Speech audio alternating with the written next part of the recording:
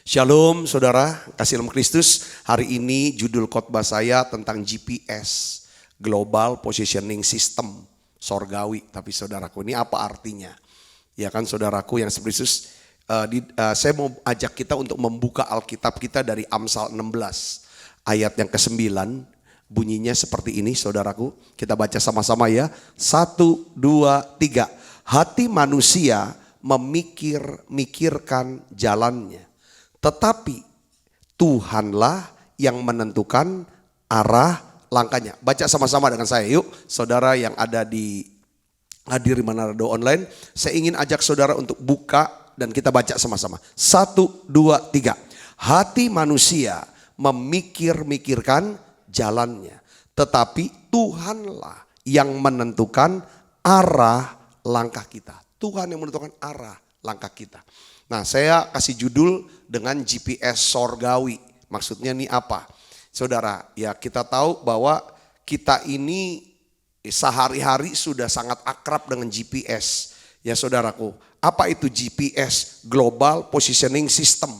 Yaitu ada sistem untuk menentukan sebenarnya saudara ya, letak ya posisi di permukaan bumi dengan bantuan penyelarasan daripada sinar satelit, saudaraku. Nah, sistem ini dia pakai 24 satelit ya yang mengirimkan sinyal gelombang mikro ke bumi. Nah, sinyal ini diterima oleh receiver di bumi ini, saudara, permukaan, lalu digunakan untuk menentukan letaknya, kecepatan, arah dan waktu. Makanya saudaraku, kita kenal ya kan, tergantung dari GPS ini, maka dikembangkan aplikasi-aplikasi yang kita kenal dengan Google Map, saudara tuh, atau Waze yang untuk menentukan kalau kita mau pergi, saudara, menyetir atau driving ke satu tempat, saudara, kita enggak tahu kota ini, tapi kita mau pergi ke 7 tempat. Nah, lewat daripada aplikasi yang namanya Google Map lah atau Waze, itu semua tuh dari GPS, saudaraku. Nah, nanti akan ditentukan arahnya kemana, saudaraku. Mereka akan beritahu saudara arah yang akan kita tuju, kapan kita harus belok, seberapa jauh kita akan temukan pom bensin, restoran, lalu berapa lama kita akan tiba di tempat tujuan. Nah, ini semua ya saudara, fungsi daripada GPS. Jadi orang yang pakai GPS itu nggak usah ragu lagi soal apa ketepatannya, tidak akan salah dalam ambil keputusan. Kita cukup setting aja. Mau ambil rute yang terdekat atau rute yang terjauh, nanti GPS ini lewat aplikasi yang kita sudah punya, itu akan menuntun ke tempat tujuan yang kita kehendaki. Keren sekarang saudara. Ya, GPS-nya juga kalau misalnya punya aplikasi misalnya untuk olahraga, apa Strava lah dan lain-lain sebagainya, itu menentukan nanti jumlah kalori yang saudara keluar selama olahraga itu, berapa durasi lamanya, kilometernya, semuanya itu lengkap. Ini keren, luar biasa. Nah, secara rohani, ini kenapa saya khotbah ini? Saya tuh kayak ada dapat GPS. Apa GPS kita secara rohani? Roh Kudus. GPS sorgawi kita. Siapa namanya saudara? Roh Kudus. Sebagai seorang pengikut Kristus, GPS kita itu adalah Roh Kudus. Kalau saudara sudah terbiasa pakai GPS, saudara tuh udah ngerti deh. Oh, Roh Kudus itu GPS rohani saya untuk hidup saya di dunia ini. Pakai bergantung sama Roh Kudus, saudara akan dituntun ke tempat yang Tuhan kehendaki. Saudara akan jadi seseorang yang Tuhan kehendaki. Saudara akan mendapatkan, memiliki apa yang Tuhan kehendaki. Ini paling penting. Zaman sekarang gak mungkin lah orang gak pakai GPS. Saudaraku, kita bisa tahu anak kita ada di mana Pak. Kita bisa lihat, itu bisa tentukan. Perusahaan-perusahaan ekspedisi yang punya truk banyak, mereka tuh punya bis banyak. Saudaraku, mereka sudah taruh tuh di bisnya, di truknya itu GPS. Supaya dia kontrol, bisa ngelihat dari rumahnya. Ya kan, truk saya Nomor plat nomornya gini-gini di kendaraan ini. Sekarang posisi ada di mana, bergerak di mana. Itu udah tahu semua. Sudah bisa diketahui semuanya. Tinggal kita bisa kontak. Saudara Kristus, ya kan? Itu gak mungkin salah. Nah, kita punya Roh Kudus. Yohanes 14 ayat 16 sampai 17 katakan begini, saudaraku. Aku akan minta kepada Bapa dan Ia akan memberikan kepadamu. Baca sama-sama dengan saya. Yuk semuanya. Termasuk yang di Holy Spirit. 1, 2, 3. Seorang penolong yang lain. Supaya Ia menyertai kamu selama-lamanya.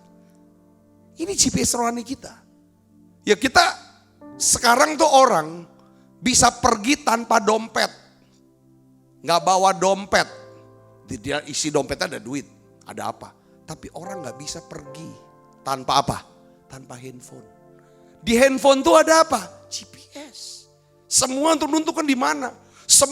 Hampir semua aplikasi handphone. Di situ ada GPS. Saudaraku, seharusnya kita nih sadar sebagai orang Kristen. Saudaraku Yesus, bahwa kita pun sebenarnya harus bangun kesadaran. Kita punya GPS rohani. Namanya siapa? Roh Kudus. Yesus berkata, ya kan, dia adalah seorang penolong yang lain. Ia menyertai kamu selama-lamanya. Ayat 17, baca yang keras. 1, 2, 3. Yaitu apa? Roh kebenaran. Dunia tidak dapat menerima dia sebab dunia tidak melihat dia dan tidak mengenal dia. Dunia adalah orang yang belum percaya Yesus, orang dunia atau orang Kristen duniawi. Saudara, yang hidup tanpa Tuhan, tanpa melibatkan Roh Kudus. Tetapi, baca yang keras, kamu mengenal dia. Saudara mengenal dia. Siapa? Roh Kudus. Penolong yang menyertai kita. Dia roh kebenaran.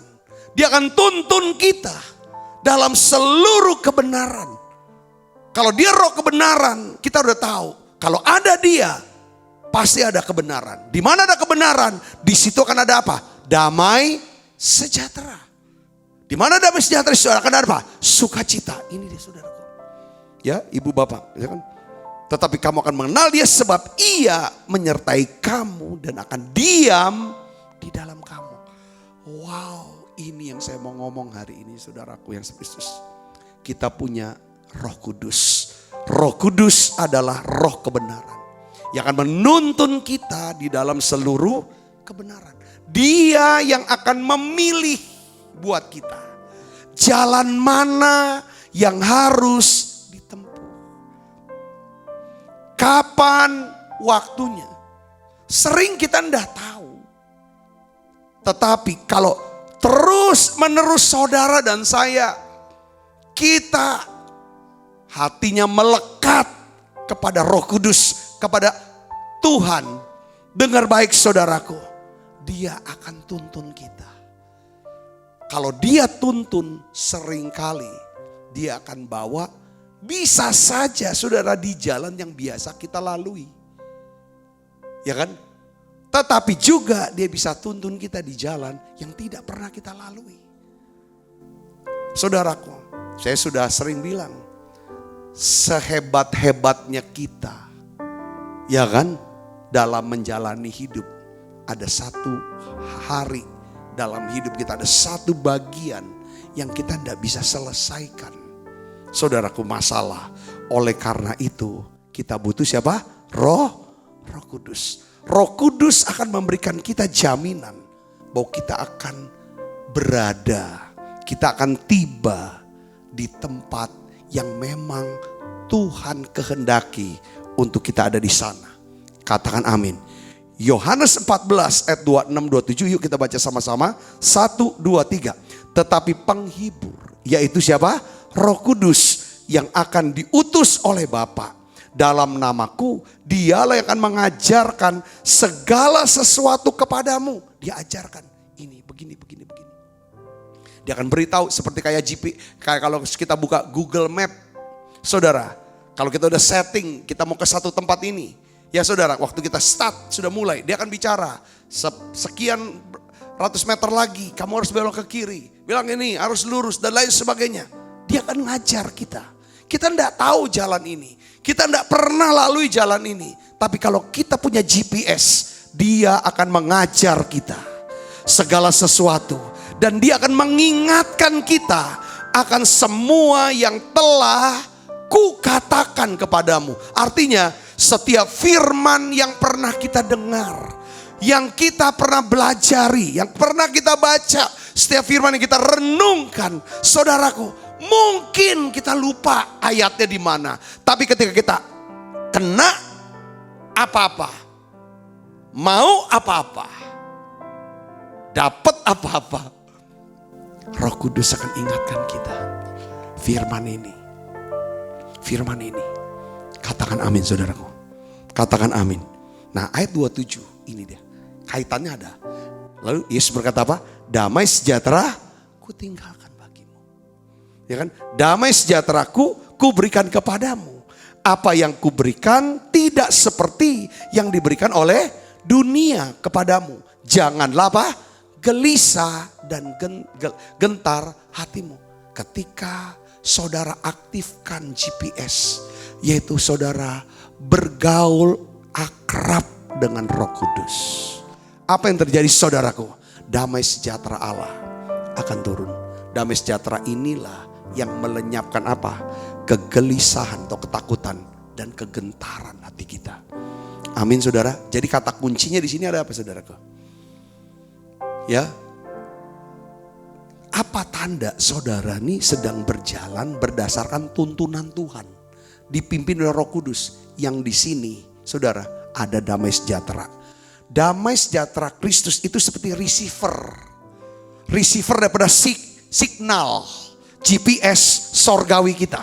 Itu receivernya, itu damai sejahtera. Kalau ada damai sejahtera, saudara ngerti ini loh Tuhan mau gini, Tuhan harus kita buat gini, Tuhan harus begini. Ketika hilang damai sejahteranya, itu artinya itu Tuhan tidak setuju kita buat ini, kita ngomong ini, kita jalan begini, kita mutusin begini. Yang mengerti katakan amin. Ya, seperti kita Google Map, dia suruh kita lurus, kita belok, dia kasih tahu, Anda sedang muter ini kan, kamu kayak gini, dia akan ke komen saudaraku. Nah, kalau kita aktifkan terus, dia akan bicara sama kita. Ya, makanya saudaraku di dalam Kolose 3 ayat 15 katakan, hendaklah damai sejahtera Kristus memerintah dalam hatimu. Ya, karena untuk itulah kamu telah dipanggil menjadi satu tubuh. Bersyukurlah. Katakan amin. Jadi saudaraku, saudara mau dipimpin oleh Tuhan, ya kan? Saudara aktifkan ini. Bergaul intim dengan Roh Kudus. Hatinya melekat sama Tuhan. Ciri orang yang hatinya melekat sama Tuhan itu apa saudara? Dari mulutnya keluar nama Tuhan terus. Selalu ada ucapan syukur. Selalu nyebut Tuhan. Semua karena Tuhan. Karena Tuhan. Oleh Tuhan. Untuk Tuhan. Semuanya kalau hati kita melekat. Karena dari perkataan yang keluar dari mulut berasal dari mana? Dari hati kita. Saya ingin ajak saudara untuk nyanyi sebentar. Ada satu lagu lama saudaraku. Tiap langkahku. Tiap langkahku diatur oleh Tuhan.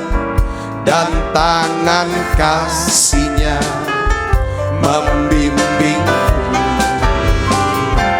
Di tengah gelombang dunia menakutkan, hatiku tetap tenang teguh.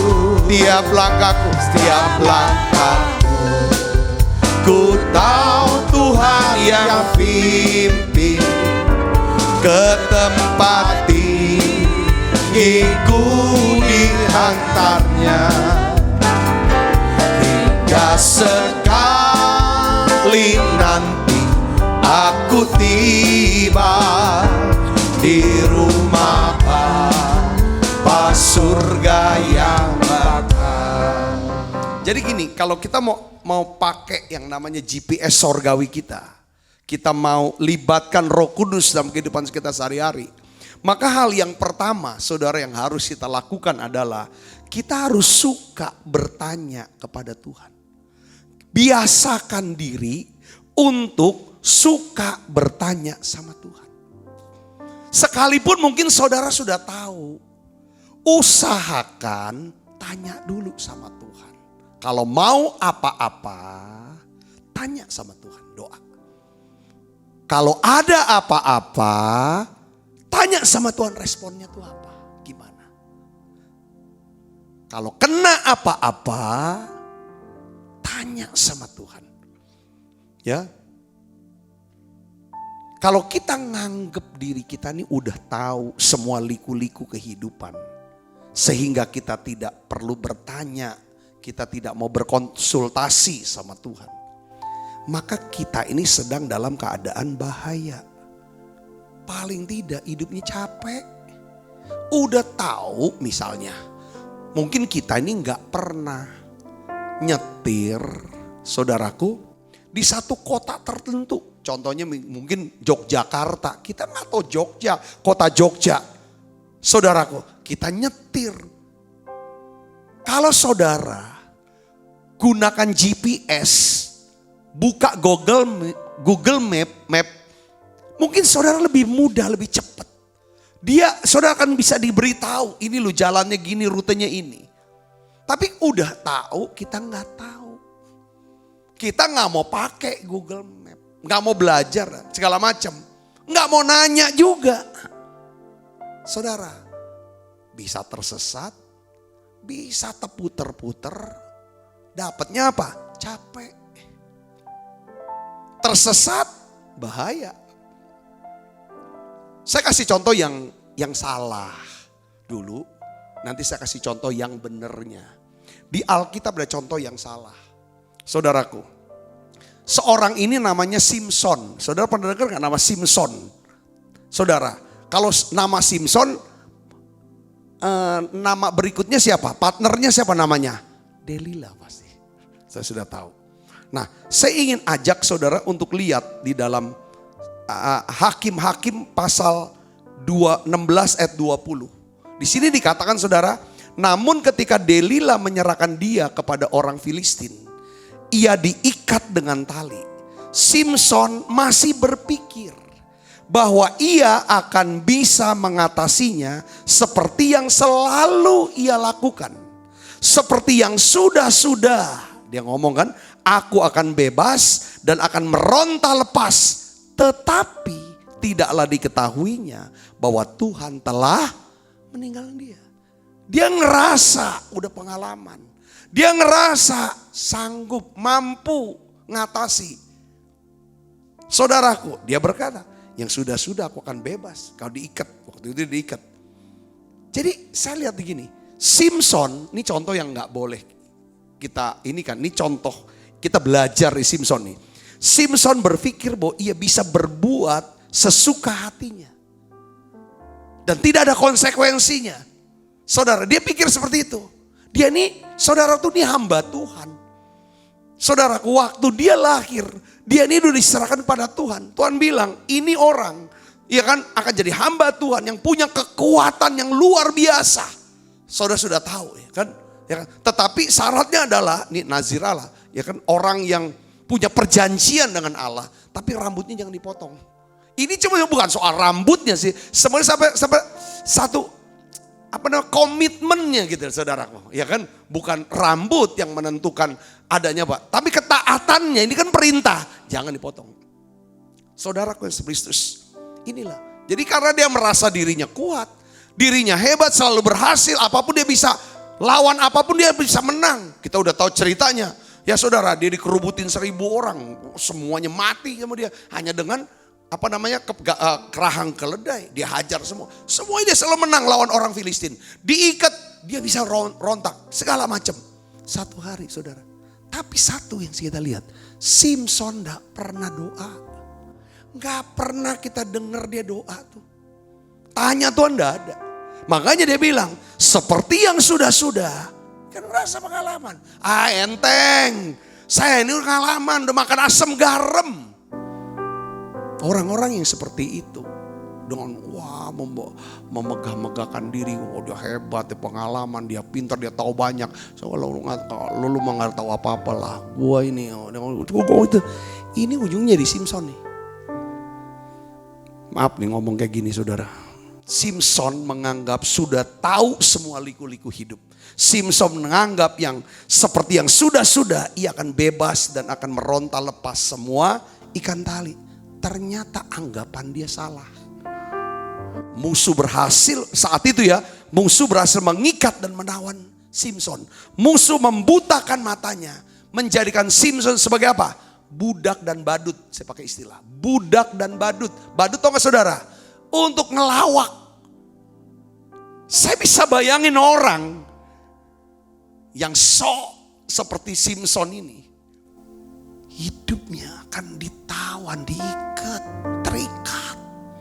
Saudaraku, matanya buta, ini bicara sama dia nggak bisa punya visi, dia nggak bisa lihat pengharapan dari Tuhan.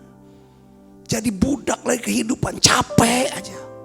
Lalu jadi tertawan orang, budak dan badut. Jangan nih. Tapi saya melihat Tuhan tuh Tuhan yang sabar. Tuhan kita Tuhan yang baik. Walaupun Simpson nih, waktu dia hebat, waktu dia kuat, kayaknya tuh gak ada Tuhan-Tuhanan. Tapi pada waktu dia sudah jadi buta, dia jadi budak, jadi badut. Saudara tahu, Simpson, dia doa sama Tuhan. Dia bertobat saudaraku. Di akhir hidup Simpson, bertobat. Dia kembali kepada Tuhan. Di dalam Hakim-Hakim 16 ayat 28. Kita baca sama-sama di sini. Berserulah Simpson kepada Tuhan. Baca yang keras. Yuk saudara yang lagi sedang mengikuti menara doa, baca dan kita semua baca. 1, 2, 3. Berserulah Simpson kepada Tuhan. Katanya, ya Tuhan Allah, ingatlah kiranya kepadaku. Ingat ya saudara, doa seorang penjahat yang sebelah kanan Yesus. Yesus, ingatlah akan aku. Kalau kau datang, ingat. Ini bicara tentang apa saudara? Kalau kita sudah jerit sama Tuhan, untuk pastikan diri kita. Itu kalau kita tuh kalau saya ya doa, Tuhan ingat aku Tuhan. Ingat keluargaku. Ingat Tuhan, gerejamu ini. Kayaknya tuh nyampe doanya ke sorga. Katakan emang bener nyampe. Doanya Simpson, ingat akan aku Tuhan. Ingat akan aku.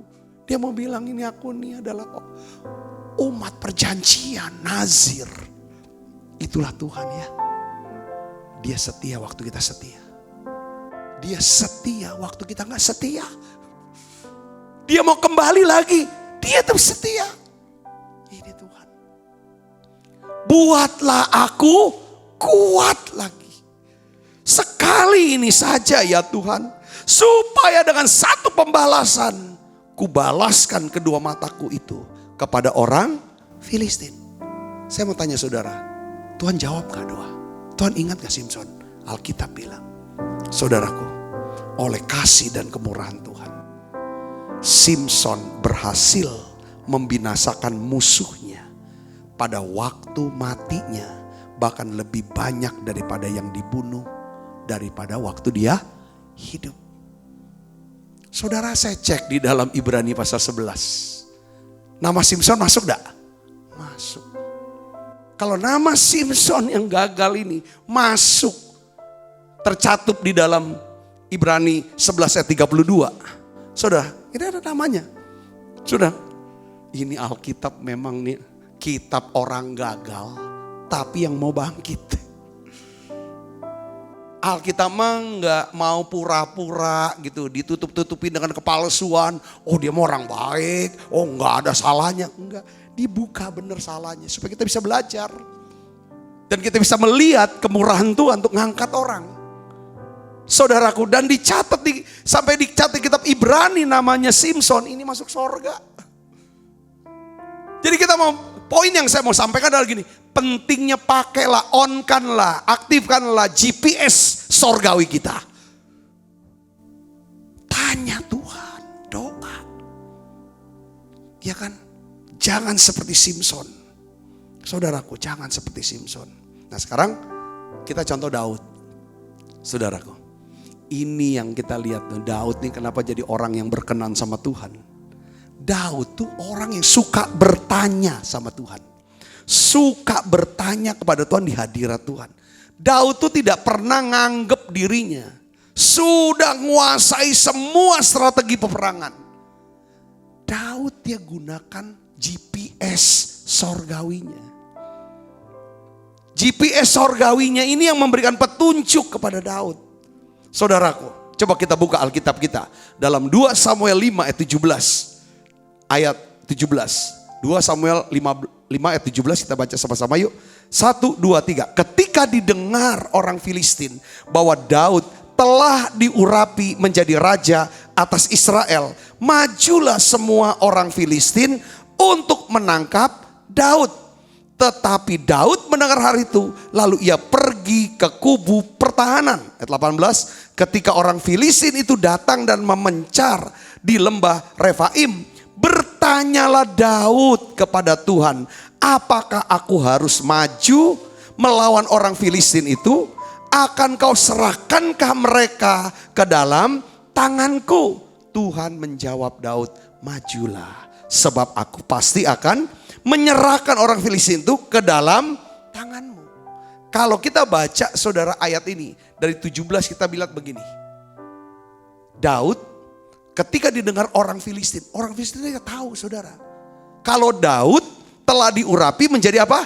Raja atas Israel. Jadi bukan orang Israel aja yang tahu Daud itu jadi raja. Tapi musuh pun tahu. Poin yang saya mau ngomong apa arti ayat ini? Kalau kita sukses, bukan cuma keluarga kita yang tahu loh. Bukan cuma manusia aja yang tahu. Tapi ada musuh juga tahu. Kalau musuh tahu kita sukses, kita lagi diangkat, hati-hati. Ada banyak strategi yang kita tidak tahu apa yang musuh pada kita. Ini pentingnya GPS sorgawi. Katakan amin. Kadang kita ini sukses. Kita ini sudah diangkat, dipromosi, sudah berhasil dan lain sebagainya. Seringkali kita off-kan ini GPS. Salah Tuhan, sibuk aku ini. Tahu gak musuh tuh ngintai untuk jatuhin. Ya kan, jatuhin. Bikin apa saudara? Untuk ikat, untuk tawan. Jadiin budak dan badut. Jadi ketahuan. Daud saudaraku. Saudaraku ketika dia akan jadi raja. Kan jadi raja kan? Berkuasa kan? Hebat kan? Ketika dia tahu orang musuhnya. Dia cari Tuhan. Dia tanya sama Tuhan. Kadang tuh kalau kita lagi di atas. Saudara. Kita ngadepin masalah. Sulit untuk tanya sama Tuhan. Kalau kita di bawah. Nanya terus gampang. Saudaraku yang seperti biasakan ini. Saudara, Tuhan bilang sama Daud apa? Maju. Ya, saudara maju. Saudara tahu, saudaraku, ketika Daud maju, Daud berhasil menaklukkan orang Filistin. Saudara, orang yang suka bertanya sama Tuhan adalah orang yang suka berdoa, meminta petunjuk Tuhan sebelum ia menentukan langkah, mengambil keputusan. Orang yang suka tanya sama Tuhan adalah orang yang bergantung harap sama Tuhan. Orang yang suka tanya sama Tuhan adalah orang yang rendah hati.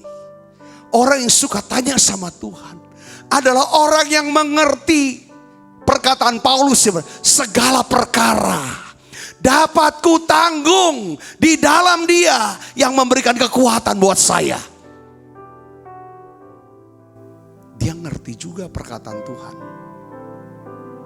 Ya, di luar aku, tanpa kuasa dan hikmat Tuhan maksudnya. Kita tidak dapat berbuat apa-apa, tidak bisa berbuah banyak. Saudara bisa mengerti sini, katakan amin. Saya ingin dorong saudara, untuk saudara suka tanya sama Tuhan.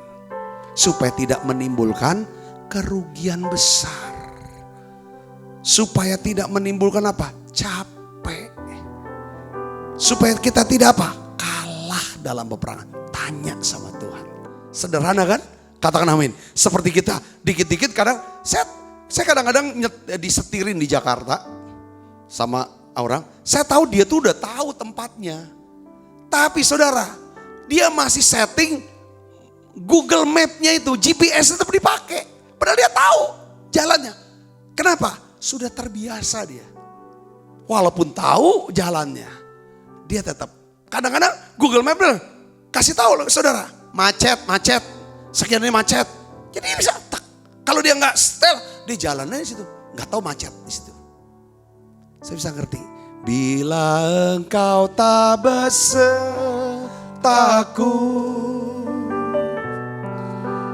ku tak mau berjalan. Ku perlu Tuhan, pimpin langkahku dengan kasih karunia-Mu. Pimpin langkahku setiap hari, berjalan dalam Roh-Mu. Nyatakan Tuhan kemuliaan-Mu dan berjalanlah denganku. Saya mau ajak saudara untuk baca di dalam ayat selanjutnya di dalam 2 Samuel 5 ayat 20 saudara. Saudara lihat sini. Lalu datanglah Daud ke Baal Perasim dan memukul mereka kalah di sana. Berkatalah ia, Tuhan telah menerobos musuhku di depanku seperti air menerobos. Sebab itu orang menamakan tempat itu apa? Baal Perasim. Jadi dia datang ke Baal Perasim. Saudaraku yang Kristus, yang kedua, pertama tanyalah sama Tuhan. Yang kedua gini saudara. Perhatikan, saudara kalau kita jadi orang yang suka bertanya sama Tuhan, suka doa. Saya mau kasih tahu, hati-hati. Kalau jadi orang suka nanya Tuhan, hati-hati. Sering kali atau bisa saja Tuhan memberi kita perintah. Ya kan? Yang belum pernah kita lakukan. Hati-hati. Saya bilangnya hati-hati. Ya kan? Kalau kita suka tanya sama Tuhan. Saudara, Tuhan akan buka hal-hal yang tidak terduga. Hal-hal yang tidak tersembuh, yang hal-hal yang besar, hal yang tidak terpahami, hal-hal yang kita tidak ketahui. Nah, saudara sini, apakah pada waktu peperangan pertama itu sudah selesai? Enggak. Musuh yang sama, saudara, orang Filistin. Saudara, dia atur lagi strategi untuk perang lawan Daud. Tapi saya mau poin yang saya mau ngomong begini. Ya saudaraku, kita ini masalahnya suka main aman. Aku gak mau lah susah-susah. Aku gak mau lah pusing-pusing. Lakukan sesuatu yang baru dan lain sebagainya. Saudaraku yang Kristus, ya kan? Saya mau kasih tahu. Kalau kita mau mengalami terobosan, menjadi orang yang diberkati dan dipakai Tuhan, kita harus berani memulai sesuatu yang apa? Yang baru. Ya sekarang ini perubahannya begitu cepat saudaraku. Kita enggak tahu perubahannya itu gimana.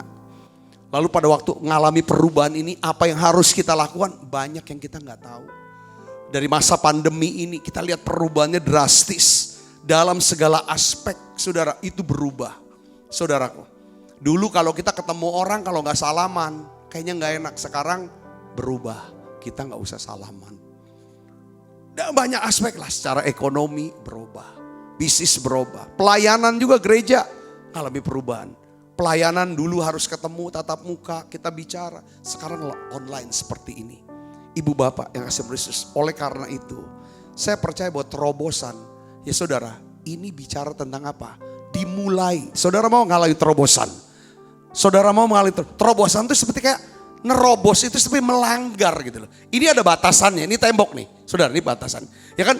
Itu dijebol gitu loh. Itu namanya terobosan, breakthrough itu saudaraku. Ya kan? Itu namanya pers. Ada yang ini hal yang enggak biasa. Ini melanggar kebiasaan. Kadang-kadang tanda kutip tradisinya nggak gitu, aturannya nggak gitu. Tapi saudara, ketika breakthrough terjadi, itu sudah jebol semua. Nah, oleh karena itu saudara, kadang-kadang dalam hidup kita nih, saya udah bahas dulu, ada benteng-benteng, ada tembok-tembok Yeriko, saudaraku, yang membatasi kita sehingga kita nggak kemana-mana. Contoh, saya ini tukang foto. Dari dulu tukang foto.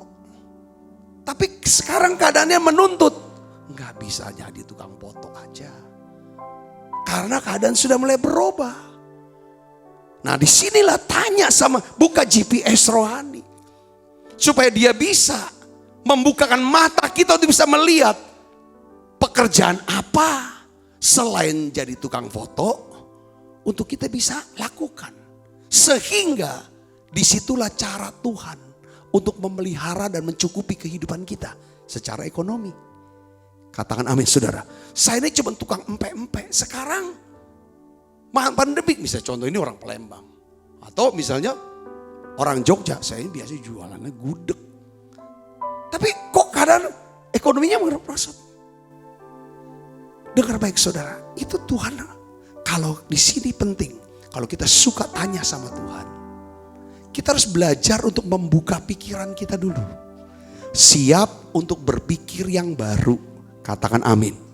Kalau kita bisa berpikir yang baru, maka kata-kata kita bisa baru. Kalau udah kata-katanya baru, maka perasaan kita juga baru, berubah. Katakan amin saudara. Kalau perasaan berubah, maka apa? Tindakan juga baru. Tindakan yang baru mengakibatkan hasil yang baru. Katakan amin. Semua dimulai dari apa? Pikiran. Coba lihat sini saudara. Daud sudah berhasil menaklukkan orang Filistin. Dengan strategi apa saudara? Tuhan suruh bilang, kamu maju. Kan dia kan pernah nanya sama Tuhan, ini loh musuhnya Filistin. Tuhan bilang, maju. Daud maju, berhasil. Sekarang musuh yang sama nyerang. Kalau Daud tidak pakai GPS rohaninya, dia matikan. Dia tidak tanya Tuhan. Dia tidak berdoa. Tidak dilibatkan Tuhan. Pasti apa yang dilakukan? Strategi perangnya apa saudara? Maju. Bayangin saudara, kalau serangan kedua Filistin pakai strategi yang pertama, ceritanya beda. Daud pasti kalah total. Tuhan tuh maha tahu musuh kita strateginya apa. Ayat 23 kalau saudara, kita akan baca sini ayat 23. Ketika orang Filistin ini sudah mulai mau nyerang balik, lalu Alkitab katakan, maka bertanyalah Daud kepada Tuhan. Nanya lagi saudaraku, ini rendah hati. Kadang kalau orang tuh udah sukses, berhasil, saudara, ini kan, ayo tenang, ya kan, masalahnya sama. Jangan-jangan gak pernah nanya. Padahal strateginya beda. Wah, ini saya tuh untuk case ini, kasus ini, bener saya ngalamin gagal. Ngerasa punya pengalaman. Pakailah pengalaman, bukan berarti pengalaman gak guna. Saudara, kita harus tajamkan kepekaan. Kenapa kok kita pakai Google terus? Padahal kita udah tahu jalannya. Setting, Google kadang-kadang beritahu di situ macetnya parah. Karena ada kecelakaan. Karena ada apa? Dia bilang ganti arah. Ganti arah. Betul gak saudara? Google Map bisa suka ngomong kayak gitu. Iya. Kita udah tahu jalannya kan, karena dia Google ini kemarin ngasih taunya lurus. Tapi sekarang Google bilang jangan lurus, belok kanan, muter. Daud selalu on-kan GPS rohaninya. Dia tanya sama Tuhan, Tuhan, ya kan, dia tanya, ini saya ini serang gimana? Tuhan bilang apa? Jangan maju. Coba lihat aja. Jawab Tuhan ada apa? Janganlah maju. Tetapi buatlah gerakan melingkar sampai ke belakang mereka, sehingga engkau dapat menyerang mereka dari jurusan pohon-pohon kertau. Dan bila engkau mendengar bunyi derap langkah di puncak pohon-pohon kertau itu, maka haruslah engkau bertindak cepat. Ini tuntunannya jelas, detail saudara, strategi perangnya. Sebab pada waktu itu Tuhan telah keluar berperang di depan kamu untuk memukul kalah tentara orang Filistin. Yang kedua, Tuhan yang berperang di depan. Yang pertama, kamu maju. Wah, beda. Ketika murid-murid 2 kali kena badai. Yang pertama, saudara, Yesus ada di perahu. Yesus hardik badai. Tapi yang kedua, Yesus minta muridnya berjalan di atas badai. Dia gak ada di perahu. Semuanya, ini bicara apa kok beda-beda? Semuanya. Kadang untuk menyembuhkan orang buta, Yesus bilang, celik matanya. Apa yang kamu kehendaki supaya kamu berbuat? Supaya aku bisa melihat. Ya lihat sudah. Jadi melihat. Tapi untuk orang buta yang lain, diambillah tanah, diludahi, diolesi di kepala. Semua ini. Kenapa kok beda? Tuhan mau kita bergantung. Berilah kami makanan kami. Bukan pada hari ini loh. Bukan sepanjang hidup kami. Pada hari. Supaya besok ngomong lagi, minta lagi. Tanya lagi, minta lagi. Yang ngerti katakan amin. Tuhan enggak. Ayat 25 apa? Daud berbuat demikian. Dia tanya, dapat perintah, dia lakukan.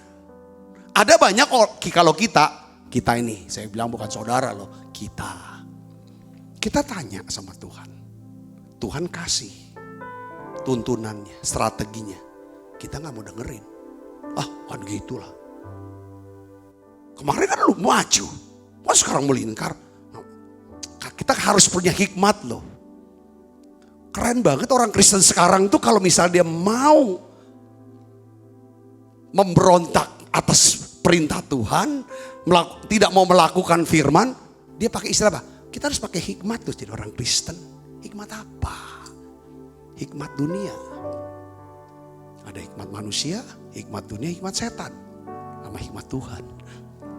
Saudaraku Yesus, hikmat Tuhan adalah ketika kita tanya, kita dapat firman, kita lakukan, itu hikmat Tuhan.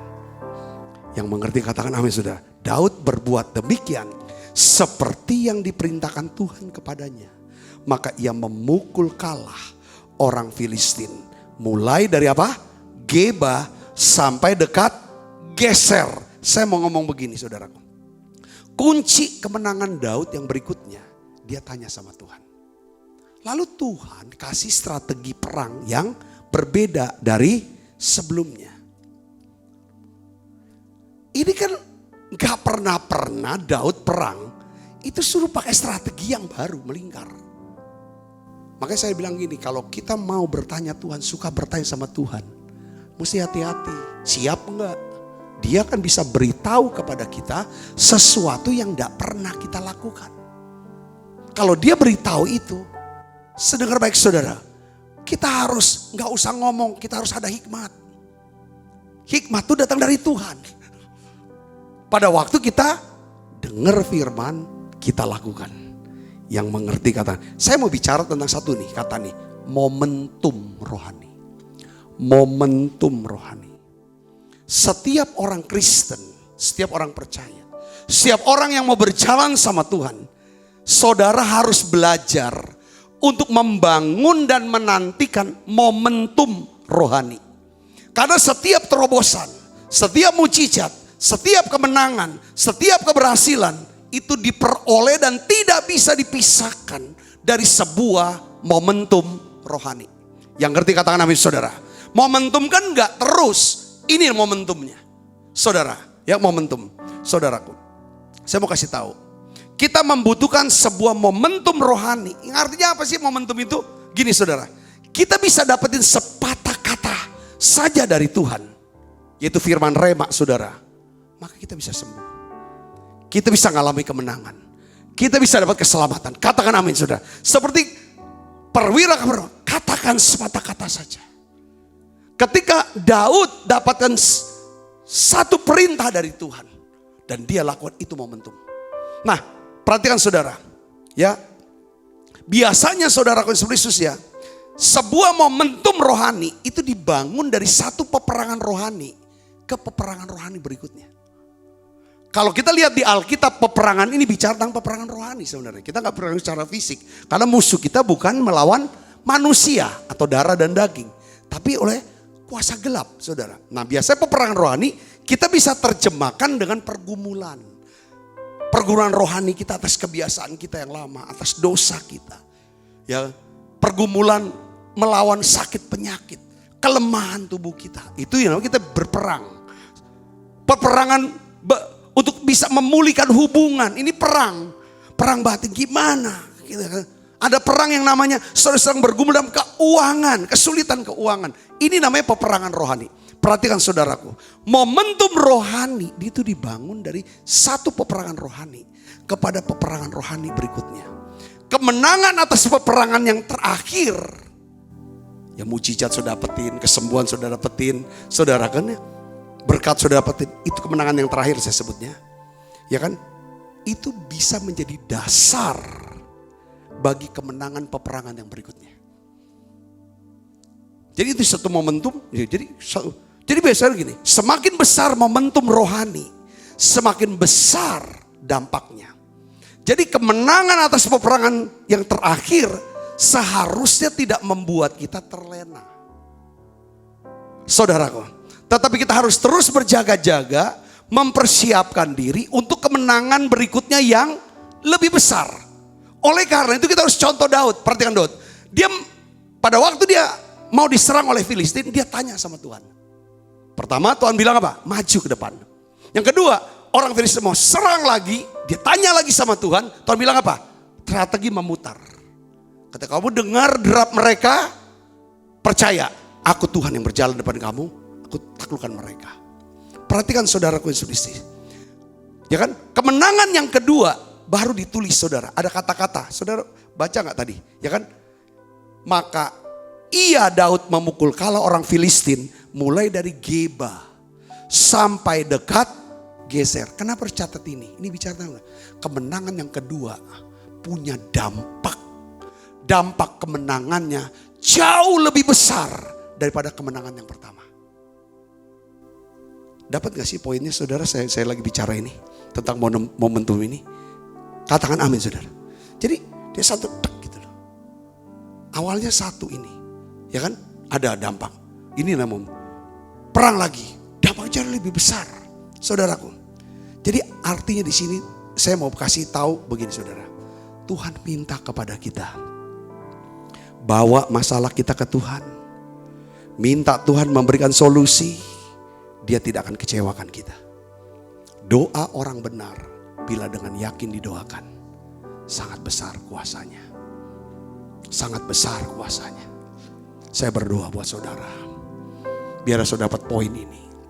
Aktifkan Roh Kudus dalam setiap aspek hidup saudara. Apa yang harus saudara katakan? Apa yang harus saudara buat? Tanya Tuhan.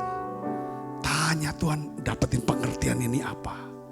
Kalau saudara belum dapat pengertian, saudara ajak seseorang yang rohani, yang bijak menurut saudara, yang ngerti firman, diskusikan masalah ini.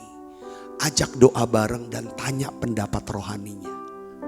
Saya berdoa, saudara diberkati oleh menara doa dan pesan GPS sorgawi ini. Aktifkan terus walaupun sudah tahu. Saudaraku jalannya, dia bisa akan memberitahu apa yang harus saudara lakukan.